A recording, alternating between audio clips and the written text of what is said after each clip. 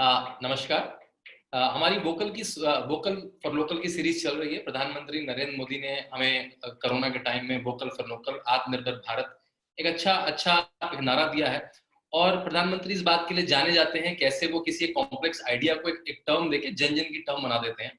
हम वोकल की सीरीज में बहुत सारे विद्वानों को बुला रहे हैं और आज हमारे बीच हैं देश रतन निगम जी। देश रतन निगम जी, नमस्कार। देश रतन निगम जी टीवी के काफी जाने माने चेहरे हैं। आप इन्हें बहुत सारे इंग्लिश और हिंदी चैनलों पे डिबेट्स में देख सकते हैं। वैसे प्रोफेशन से सुप्रीम कोर्ट में लॉयर हैं और बहुत सीनियर मीडिएटर भी हैं।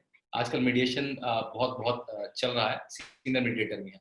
तो देश रतन निगम जी, हम वोकल फॉर लोकल के और आत्मनिर्भर भारत की जो बात बहुत सदियों से चलती आई है, लेकिन नरेंद्र मोदी जैसे मैंने बताया कि वो किसी भी कॉम्प्लेक्स आइडिया को बड़े आसानी से जनता के बीच में ले आते हैं। स्वदेशी का मूवमेंट भी चल रहा है भारत में बहुत समय में। बाबा रामदेव, भारत स्वाभिमान जैसे जैसे संगठनों ने उसको आगे भी लाया है। तो मेरे पास आपके लिए 5-6 प्रश्न है। मुझे पता है आप बड़ा सटीक जवाब देते हैं, टेक्निकल जवाब देते हैं। तो मैं थोड़े आपसे कॉम्प्लेक्स सवाल ज्यादा पूछूंगा। सिंपल सवाल तो मैंने और पूछे हैं हर जगह, मैं आपसे और कॉम्प्लेक्स सवाल पूछूंगा। इस बात को शुरू करते हैं कि जब हम आत्मनिर्भर भारत की बात करते हैं, सेल्फ डिपेंडेंट भारत की बात करते हैं, स्वदेशी की बात करते हैं, तो उसमें इंपोर्ट रिडक्शन जो नॉन एसेंशियल्स पे है वो, और इंपोर्ट सब्स्टिट्यूशन, ये टर्म मैं कई बार पढ़ता हूं। तो थोड़ा सा केवल जरूरी हिंदी में ही, लेकिन आसान भाषा में इसको कैसे समझ सकता है व्यक्ति कि इंपोर्ट रिडक्शन नॉन एसेंशियल्स पे क्या है और इंपोर्ट सब्स्टिट्यूशन क्या है? देखिए, मैं सबसे बड़ा साफ कर दूं, अगर बाहर से आप खाने की वस्तु मंगाएंगे बाहर से तो वो नॉन एसेंशियल हो जाएगी।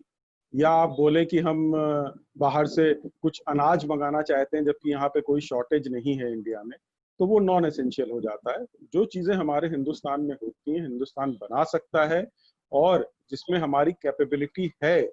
ऐसा नहीं है कि वो आज नहीं बन रही हो, हम नहीं बना सकते। कई बार ऐसी हालात हो जाती हैं जैसे चाइना ने करी कि वो डंपिंग करके या प्राइस रिडक्शन करके हमारी मार्केट्स को उसने खत्म किया। जैसे सोलर पैनल, हम 45 सोलर पैनल बनाने वाले इंडिया में लोग थे 2012 तक, लेकिन चाइना ने डंपिंग और इस तरह का प्राइस रिडक्शन करके उनको मार्केट से बाहर कर दिया। ये बेस्ट पैनल दुनिया के बनाते थे और इसलिए ऐसे लोगों को वापस लाना है। हमारे पास टेक्निकल नो हाउ है, साइंटिफिक नो हाउ है, स्किल्ड मैन पावर है, तो ऐसे लोगों को लाना है। दूसरा, अगर आप देखेंगे पटाखों की इंडस्ट्री थी शिव काशी में, तो शिव काशी वाले को चाइना ने एकदम बाहर कर दिया था, लेकिन वो आत्मनिर्भर बन के उन्होंने आपस में यूनाइट होके वापस आ गए और उन्होंने चाइनीज क्रैकर्स को आज की डेट में मार्केट से बाहर कर दिया है।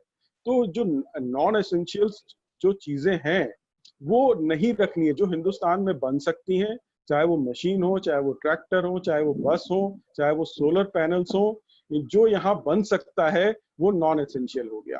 उसे आपको आयात करने की जरूरत नहीं है। देखिए, मुझे इस बार बताइए, आपने कहा नॉन एसेंशियल, आपने बड़े अच्छे से समझा, लेकिन कौन निर्धारित करता है? क्या भारत सरकार की कोई सूची होती है? पहला प्रश्न ये। और दूसरा, जो शिव काशी वाला बताया, मुझे थोड़ा और बोलिए उस पे, कि मुझे सुन के मुझे भी बड़ा गर्व आया। मुझे याद भी है, वो लिखा रहता है, शायद मुझे लगता है तमिलनाडु में कहीं है शिव काशी, जहाँ पे मुझे हाँ, याद है। शिव काशी तो तमिलनाडु उन्होंने में बेस्ट है। क्या करा? उन्होंने अपने प्रोडक्ट की क्वालिटी अप कर दी, प्राइसिंग में करा, क्या करा उन्होंने मिलकर? उस पर भी थोड़ा और बोलिए। और नॉन एसेंशियल मतलब कोई लिस्ट कौन बनाता है? कोई गवर्नमेंट की सिस्टम या फिर बोलचाल की भाषा है वैसे? नहीं नहीं, देखिए, कोई इस तरह की लिस्ट नहीं है। हम लोग WTO के मेंबर हैं और वहां पर आप कोई एम्बार्गो नहीं लगा सकते। तो इसलिए आपको जो नॉन एसेंशियल्स हैं वो यहाँ पे प्रोड्यूस करने, वर्ल्ड क्वालिटी के करने, जिसकी डिमांड इंडिया में लोग खुद उसको चुनना पसंद करेंगे, और फिर चाइनीज गुड्स को वो नहीं पसंद करेंगे। जब उनके पास एक सस्ता, और देखिए उनको बहुत बड़े स्केल पे बनाना पड़ेगा, छोटे से स्केल में अगर आप करेंगे तो महंगा सामान बनेगा। तो गवर्नमेंट का सपोर्ट भी चाहिए चीजों में। जैसे आपके सोलर पैनल्स हैं, हम टोटली चाइना पे डिपेंडेंट हो गए। बड़े बड़े सोलर पार्क्स जो लग रहे हैं इंडिया में, और बिगेस्ट सोलर प्लांट की जो बात करी अभी कुछ दिन पहले सरकार ने इंडिया में लगा है, तो वो आपको उनको इस तरह से बढ़ावा देना पड़ेगा और इस तरह से स्कीम लानी पड़ेगी, इंसेंटिव्स देने पड़ेंगे, जिससे कि वो बहुत बड़े स्केल पे बनाए चीजें और उसकी खपत हिंदुस्तान में ही हो जाएगी। जो सोलर अलायंस प्रधानमंत्री ने बड़ा बनाया, मार्केट है। हाँ, जो सोलर अलायंस हमारे प्रधानमंत्री को जिसका क्रेडिट जाता है बनाने का, वो एक ऐसी चीज है। देखिए, सूर्य देवता हमारे यहाँ माने जाते हैं और वो सूर्य की जो एनर्जी है, सौर ऊर्जा है, वो हमारे यहाँ सदियों से हजारों हजारों सालों से उसको पूजा जाता है, उसको उसकी मान्यता है। तो इससे पहले किसी प्रधानमंत्री को ये क्यों नहीं स्ट्राइक किया, मुझे समझ में नहीं आता है। शायद वो भारतीय संस्कृति को नहीं जानते थे और वो भारतीय संस्कृति को अंदर से महसूस नहीं करते थे। तो ये बहुत ही नेचुरल सी चीज है कि सौर ऊर्जा और सौर पैनल, जो कि पॉल्यूशन भी नहीं करता है, जो एनवायरनमेंट को नुकसान भी नहीं करता है, ये सारी चीजें हमारी जो हैं, जो हिंदुस्तान में हो सकती हैं, वो हिंदुस्तान के लिए एसेंशियल हैं और आयात के लिए नॉन एसेंशियल्स हैं। बहुत सुंदर। वो शिव काशी भी थोड़ा और बताइए, उन्होंने क्या करा कि वो चाइनीज को कम्पीट कर पाए? देखिए, चाइना के जो पटाखे थे वो बहुत पॉल्यूशन करते थे, प्रदूषित करते थे वातावरण को। यहाँ पे सरकार ने कुछ नॉर्म्स बनाए और उन्होंने अपने में एक यूनाइटेड एक फोरम बनाया कि देखिए, अकेले अकेले तो आप चाइना से नहीं भिड़ सकते, क्योंकि वहाँ का जो पटाखा कंपनी है वो भी चाइनीज कम्युनिस्ट पार्टी की है और सरकार की है। तो वहां पर कॉरपोरेशन में भी चाइनीज आर्मी का कंट्रोल होता है। तो जगह जगह अगर उनसे आपको टक्कर लेनी है तो आप में एकता होनी चाहिए। जो जो क्लस्टर अप्रोच आया ना, तो इससे क्या हुआ कि आपके पास टैलेंट, मैन पावर और एक ही जगह पे सारी सहूलियतें आपको मिल गई। बस एकता की कमी थी, सरकार के प्रोत्साहन की कमी थी, वो मिला और उन लोगों ने चाइना को हरा दिया पटाखे की बाजार में। बहुत सुंदर, बहुत सुंदर। आई थिंक बहुत अच्छा उदाहरण है। मेरे ख्याल से जब लोग सुनेंगे तो लोगों को मजा आएगा एक उदाहरण सुनने में। आपने बीच में एक बात कही कि जो आपको लोकल प्रोडक्ट बनाना है, जब आप नॉन एसेंशियल की बात करें तो आपको क्वालिटी प्रोडक्ट बनाना पड़ेगा। केवल मैं इमोशनल करके कि स्वदेशी है ले लो, आत्मनिर्भर भारत बनना है, मेरे ख्याल से बहुत दूर तक नहीं चल पाए। कुछ लोग ले लेंगे अपने अपने देश के उस पर, लेकिन आपको ऐसा नहीं कि आप सब क्वालिटी प्रोडक्ट बना के। तो इस पे भी हमें थोड़ा बोलिए कि ये क्वालिटी प्रोडक्ट बनाने का जो इंटरनेशनल स्टैंडर्ड हो, मैं यहाँ तो बनाऊं ही, जैसे बहुत सारे नाम है, मुझे जो मेरी जानकारी है पूरे अफ्रीका में अपनी बहुत सारी भारत की बाइक्स, हीरो होंडा की बाइक्स, बजाज की बाइक बड़ी कॉमन है। एयरटेल एज ए नेटवर्क पहुंच गया है, जियो एज ए नेटवर्क बहुत जगह पहुंच गया है, राइट। चलो ये बड़ी कंपनियां, लेकिन जो हमारे कंज्यूमर प्रोडक्ट्स हैं, जब भारत में एग्जांपल आता है, शायद हम लोगों को, अगर मैं किसी पे एक नॉर्मल आदमी से पूछूं, उसको ये पता भी नहीं होगा कि सर्फ, कोलगेट ये विदेशी कंपनियों के प्रोडक्ट हैं। और बाबा रामदेव, आचार्य बालकृष्ण ने उस मार्केट में आके मात्र 10 साल में बिल्कुल एक टॉप 3 की पोजीशन ले ली अलग अलग कैटेगरीज में, राइट। और एफएमसीजी जैसा आपने कहा बहुत टेक्निकल भी नहीं है कि हम मंजन नहीं बना सकते अपने आप, क्या हम सर्फ का पाउडर नहीं बना सकते अपने आप। तो इस पूरे को बताइए कि इसमें क्वालिटी का कितना बड़ा रोल है, और इसमें इमोशनली हम स्वदेशी को आगे पूरे, या उसके साथ क्वालिटी भी बैकअप होनी चाहिए? देखिए, भारतीय होने के नाते हम लोगों का एक जिम्मेदारी और दायित्व बनता है कि हम यहाँ के ही सामान का इस्तेमाल करें, उसका उपयोग करें। लेकिन अगर एक ग्राहक के नजरिए से अगर आप देखते हैं, उसके सामने अगर दो वस्तुएं, एक साल चलती है और हाई क्वालिटी प्रोडक्ट 2 साल चलता है, तो वो 2 साल वाला ही लेने की कोशिश करेगा। तो हमें अपना हाई क्वालिटी प्रोडक्ट्स बनाने जरूरी है। चाइना देखिए, चाइना हिंदुस्तान में जो सामान भेजता है वो बहुत सस्ती क्वालिटी का भेजता है और डंप करता है, लेकिन जो अमेरिका में भेजता है उसकी क्वालिटी बहुत हाई है, आप पता कर ले कहीं से भी, और इसलिए वो टिका हुआ है। तो ये फर्क है, इंडिया को डंपिंग के लिए यूज करता है और मास स्केल प्रोडक्शन करके प्राइस कम करता है और सब्सिडाइज भी करता है, हर तरीके से मारने की कोशिश करता है और आपके मार्केट में आके आपके जो घरेलू उत्पाद हैं उनको खत्म कर देता है, मार देता है प्राइस कम करके। तो इसलिए अगर आप क्वालिटी अच्छी कर लें यहाँ पर, और हमारे देखिए मार्केट बहुत बड़ा है, हमारा कंज्यूमर का बेस बहुत बड़ा है, अगर आप बहुत बड़ी संख्या में बनाएं और क्लस्टर बेस अप्रोच करके लोगों में अगर एकता आ जाए, तो मैं समझता हूँ कि क्लस्टर बेस अप्रोच के जरिए और हाई लेवल क्वालिटी और मास प्रोडक्शन करके आप चाइना को बीट कर सकते हैं बहुत आराम से। और यहाँ पर ही आपको क्वालिटी, और वही आपको आप बाद में निर्यात भी कर सकते हैं हिंदुस्तान से बाहर। वही चीजें आप अपने देश को भी अच्छा सा सामान दे रहे हैं और वही आपके लोग बाहर भी खरीदेंगे, तो आपका जो फॉरेन एक्सचेंज रिजर्व भी बढ़ेगा और बैलेंस ऑफ पेमेंट और बैलेंस ऑफ ट्रेड है वो भी आपका सुधरेगा। तो वोकल फॉर लोकल सिर्फ बोलने के लिए नहीं है, इसमें बहुत सारे तार जुड़े हुए हैं। हर स्तर पर आपको लोकल प्रोडक्ट्स को प्रमोट करना पड़ेगा। वहां पर जो पैदा होता है वहां की टेक्नोलॉजी, इंडिजिनस लोकल टेक्नोलॉजी का इस्तेमाल करना पड़ेगा। वहां के लोगों को आपको रोजगार देना पड़ेगा और बहुत ही कम, ऐसा जैसे गांव है हमारे, वहां पर बहुत ही कम ऊर्जा स्रोत का इस्तेमाल करके, ऊर्जा का इस्तेमाल करके, क्योंकि हमारे पास हाथ ज्यादा है। और ऐसा आपको मैं एक उदाहरण देना चाहूंगा, राजस्थान में ये जो आपका सीताफल होता है बहुत बर्बाद जाता था, तो वहां पे लोगों ने एक कोऑपरेटिव यूनियन बना के अपना वो इस्तेमाल किया और वो पपीता जो बर्बाद जाता था उन्होंने आइसक्रीम इंडस्ट्री को देना शुरू किया और आज की डेट में वो फल फूल रहे हैं, पहले बर्बाद जाता था।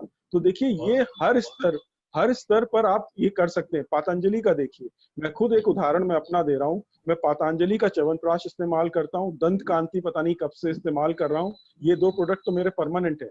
और पतंजलि का देखिए, हरिद्वार में इतना बड़ा हॉस्पिटल और रिसर्च सेंटर है जो भी किसी भी वेस्ट के रिसर्च सेंटर और लैब को बीट कर सकता है। तो वहां एक लेट डाउन प्रोटोकॉल है टेस्टिंग का, और उस प्रोटोकॉल के पास होने के बाद ही वो चीजें मार्केट में लाते हैं। चाहे वो क्वालिटी हो, चाहे वो उसकी पैकिंग हो, किसी भी चीज पे कोई भी पैरामीटर हो, वो सारे खरे उतरने के बाद ही। और ये मैं इसलिए नहीं कह रहा हूँ कि मैं इस्तेमाल करता हूँ, ये मैंने बहुत जगह सुना है।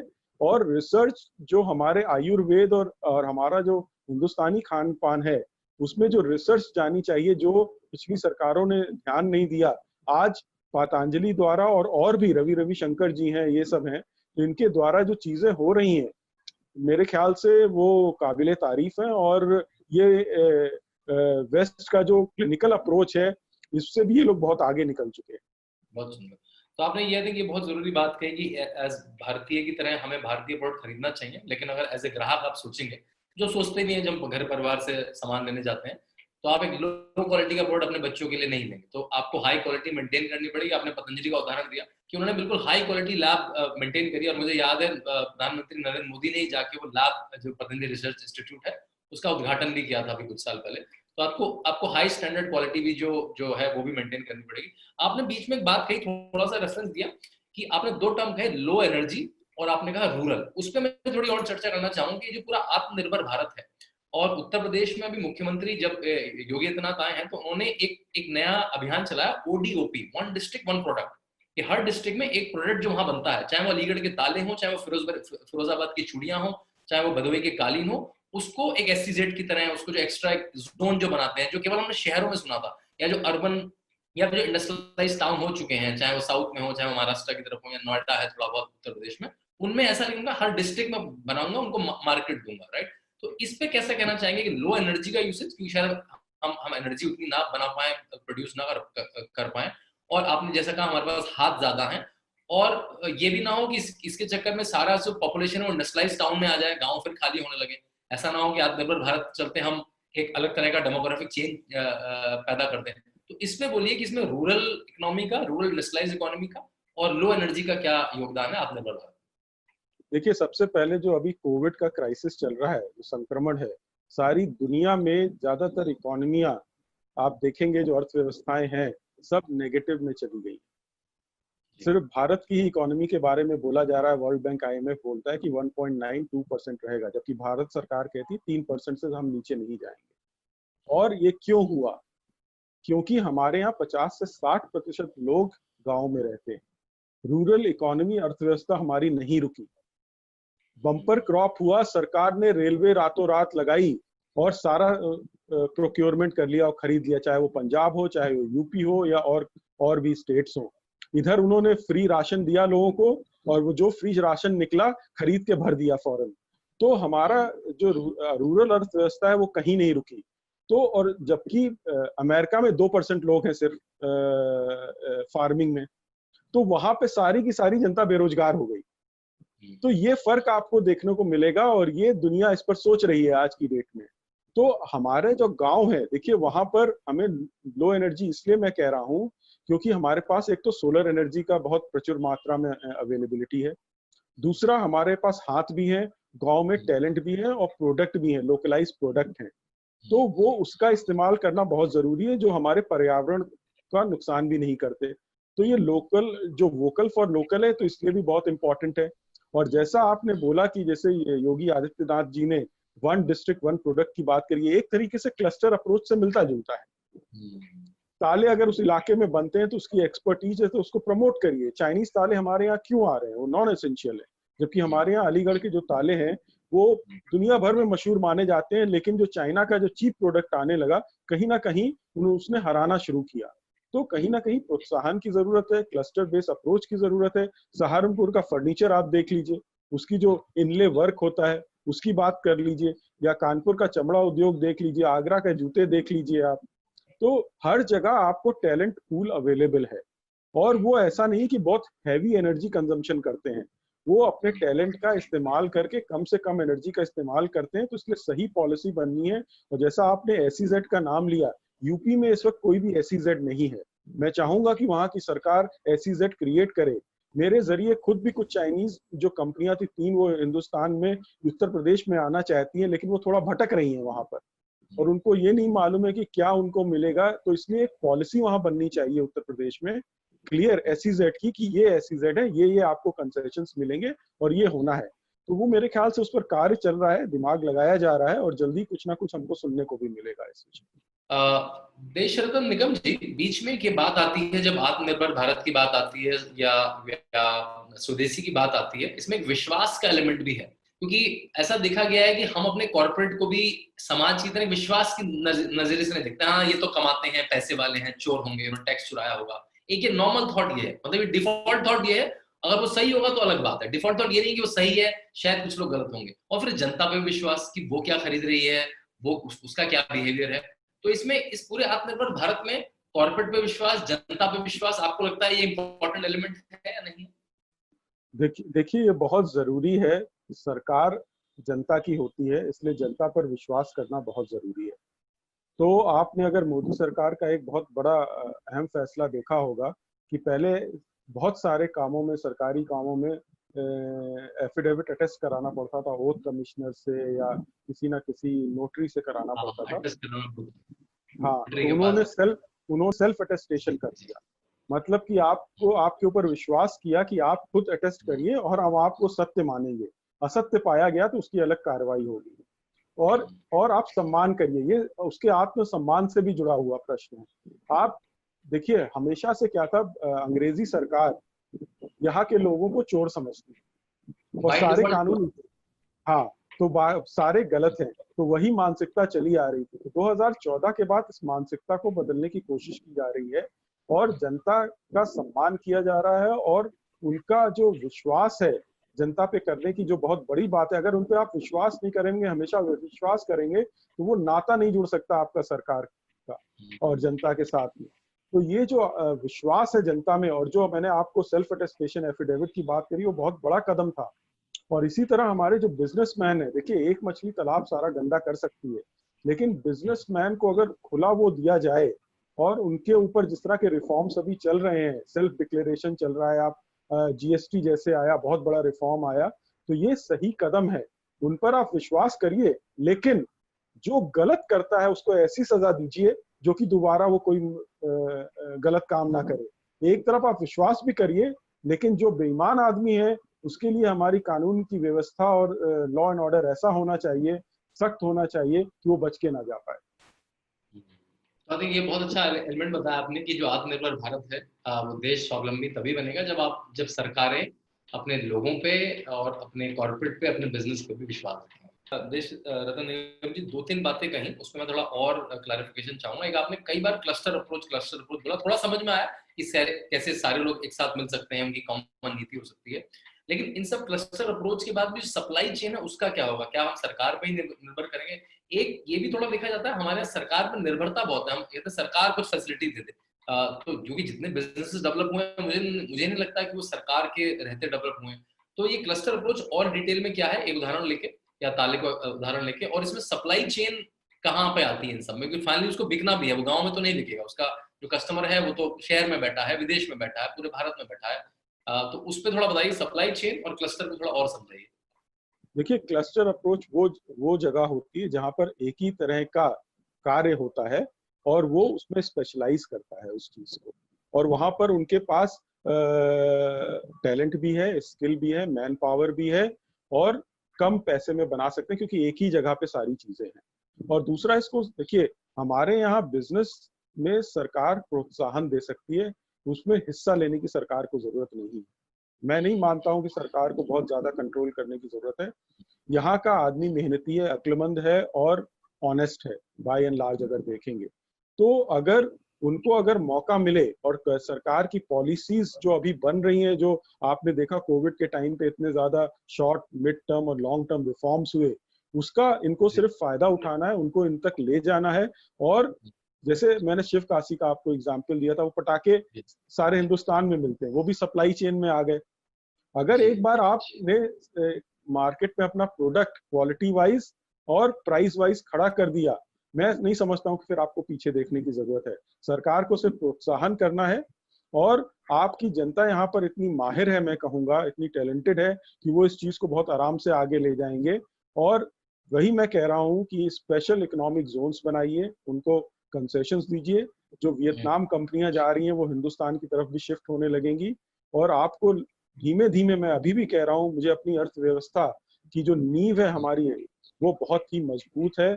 और ये आने वाली जो आपके 2-3 साल हैं भारत, आप देखेंगे भारत कहाँ से कहाँ पहुंचेगा। दुनिया की इकोनॉमी में आपको नेगेटिव नजर आएगी, और भारत की इकोनॉमी मैं नहीं समझता हूँ 3 से नीचे जाएगी, और ये नेक्स्ट ईयर से 5-6 के आसपास आना शुरू हो जाएगी। बहुत सुंदर, बहुत सुंदर, बहुत सुंदर। काफी मजा आ रहा है देशरत्न जी बात करने में। एक मैं आपसे आई थिंक अंतिम प्रश्न और पूछूंगा और उसके साथ हम चर्चा खत्म करेंगे। पिछली बार इस कार्यक्रम में वोकल फॉर लोकल में हमारे साथ शिफाली वैद्य जी थी, शायद आप जानते होंगे, ट्विटर में पढ़ते होंगे। और उनका जो पूरी चर्चा थी प्रधान के ऊपर थी कि भारत में प्रधान की परंपरा क्या है, भारत में प्रधान कैसे बनता था। तो उन्होंने बड़ा अच्छा उदाहरण दिया कि जो जो प्रधान की परंपरा, कि अंग्रेजों ने दो चीजें बहुत जोर से पकड़ी, एक नमक और एक प्रधान, वस्त्र, तभी वस्त्रों की होली भी जलाई गई। तो उन्होंने कहा प्रधान ऐसा है जो एक गांव की महिला 2-3 घंटे काम करके, 4 घंटे काम करके अपने घर में, जब वो बच्चे उसके सो रहे हैं या स्कूल कॉलेज गए हैं, वो 2-3 घंटे काम करके अच्छा अपनी एक 4-5-6 हजार 8 हजार रुपए की इनकम कमा सकती है, जिसको अब काफी हद तक डिस्ट्रॉय कर दिया। अब दोबारा से आने की कोशिश कर रही है केवीआईसी के थ्रू और अलग थ्रू।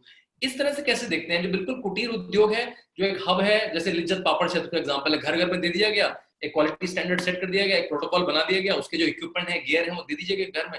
क्या आपको लगता है इसका भी रेलेवेंस है आज भी इस आत्मनिर्भर भारत में? क्योंकि उससे मेरे ख्याल से घर में बैठे हुए, क्योंकि आप हर महिला को, हर व्यक्ति को तो शायद फैक्ट्री तक नहीं ला पाएंगे, जो महिलाएं जिनके पास समय भी है, कुशलता भी है, तो इस पे क्या कहेंगे जो बिल्कुल ही कुटीर उद्योग, क्या ये पुराने जमाने की बात हो गई और या भी आज के बिजनेस मॉडल में ये लगता है कि सर्वाइव कर सकता है? देखिए, अपनी ट्रेडिशन और परंपरा बचाए रखना इस दुनिया में हर राष्ट्र करता है। चाहे वो आप यूरोप में चले जाएं, उन्होंने भी अपनी परंपराएं और जो ट्रेडिशन है उनको बचा के रखा है। कुटीर उद्योग हमारा यहाँ पर एक ट्रेडिशन है, और हमारी परंपरा है, और परिधान उसका एक हिस्सा है। बाकी हैंडीक्राफ्ट्स हुए, टोकरियां हुई, ये सब भी उसका हिस्सा है। और महिलाएं इसमें बड़ी दक्ष हैं, और घर का काम करने के बाद वो आराम से ऐसे कामों में 2-4 घंटे निकाल के कर सकती हैं। इसके लिए मैं ये हमेशा बोलना चाहूंगा, इसके लिए कोऑपरेटिव मूवमेंट की जरूरत है। वो अपना सामान बेच नहीं पाएंगी, ना जा पाएंगी, इसलिए गांव में या 2-4 गांव मिल जाएं, एक कोऑपरेटिव सोसाइटी बनाएं, जैसे आप अमूल का देखें उन्होंने बनाया, यहाँ तक कि शिवकाशी में भी इस तरह का बना हुआ है। तो कोऑपरेटिव सोसाइटी बनाना इनके लिए बहुत जरूरी है। एक तो ये एक्सप्लॉइट नहीं होंगे, इनको सही दाम मिलेगा, और इनका प्रोडक्ट आप दुनिया में कहीं पे भी भेज सकते हैं। और इस तरह का मैं देख रहा हूँ, बहुत सारे युवा लोग आ रहे हैं, मैं ऐसे कुछ युवा लोगों को जानता हूँ जो कि आ रहे हैं। आपने लिज्जत पापड़ का खुद ही उदाहरण दिया, कहाँ से कहाँ पहुंच गए, घर से बनाते।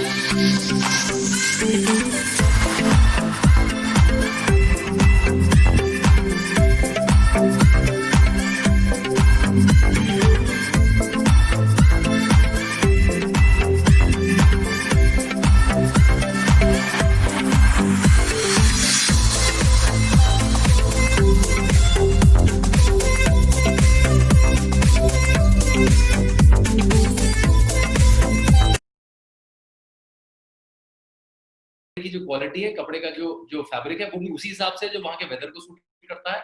वहाँ का प्रिंट, रंग भी ऐसे हैं जो वहाँ की गर्मी सर्दी को सूट करते हैं, और उसके डिजाइन भी ऐसे है जो वहाँ पे, जहाँ पे मोर होता है वहाँ मोर दिखेंगे, जहाँ बत्तख होती है वहाँ बत्तख दिखेगी। तो वो भी उन्होंने बहुत डिटेल में बताया, आपको सुनने में आनंद आएगा। देश रतन निगम जी, बहुत आनंद आया आपके साथ बात करने में। वोकल फॉर लोकल जो सुनने में एक आसान टर्म लगता है, आत्मनिर्भर भारत जो सुनने में आसान टर्म लगता है, लेकिन उसे एक मैनेजमेंट की तरह देखें तो उसमें, जैसे आपने बताया, इंपोर्ट रिडक्शन है, इंपोर्ट सब्स्टिट्यूशन है, कैसे एनर्जी की क्या लो एनर्जी की रिक्वायरमेंट है, उसे रूरल क्लस्टर्स में कैसे ले जाया जा सकता है, उस पर अच्छी चर्चा हुई। ठीक है, धन्यवाद देश रतन निगम जी, आपसे बात करने में बहुत आनंद आया, धन्यवाद।